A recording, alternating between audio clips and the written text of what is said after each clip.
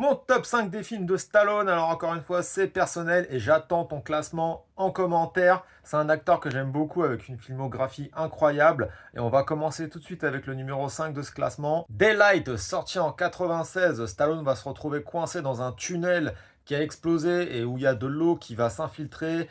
Voilà, il va se retrouver un peu le leader d'un groupe de survivants. C'est marrant parce qu'on a même Viggo Mortensen dans un de ses premiers rôles. Il a plutôt bien marché et c'est un film que je vous recommande. Demolition Man en quatrième position. Stallone s'essaye un peu à la science-fiction avec un méchant culte joué par Wesley Snipes. Un très bon film. C'est vraiment, c'est de la pop culture ça maintenant. Ça se regarde tout le temps et tu peux toujours même te taper des barres sur ce film-là.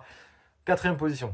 Cliffhanger en troisième position, le film qui a un peu relancé la carrière de Stallone après tous ses échecs commerciaux avec les comédies.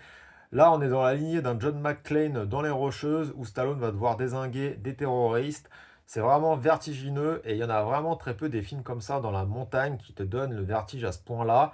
Et la musique est vraiment très cool aussi. Troisième position. Il fallait bien mettre un Rocky dans ce classement et pour moi c'est Rocky 3 avec Mr. T et la fameuse musique Ace of the Tiger.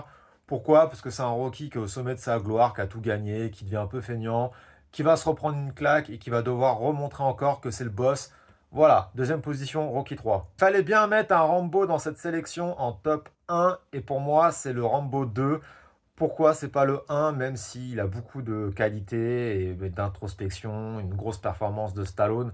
Moi, c'est le 2 qui m'a fait kiffer étant gosse et adolescent parce qu'il y avait enfin beaucoup d'action, de la guerre.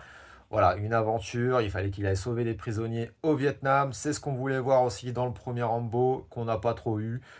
Ça reste mon préféré. Rambo 2 est le top 1 des films de Stallone. Voilà, merci d'avoir suivi ça jusqu'au bout. J'espère que ça t'a plu. Encore une fois, hein, les goûts et les couleurs. Mets-moi en commentaire ton top 5 des films de Stallone.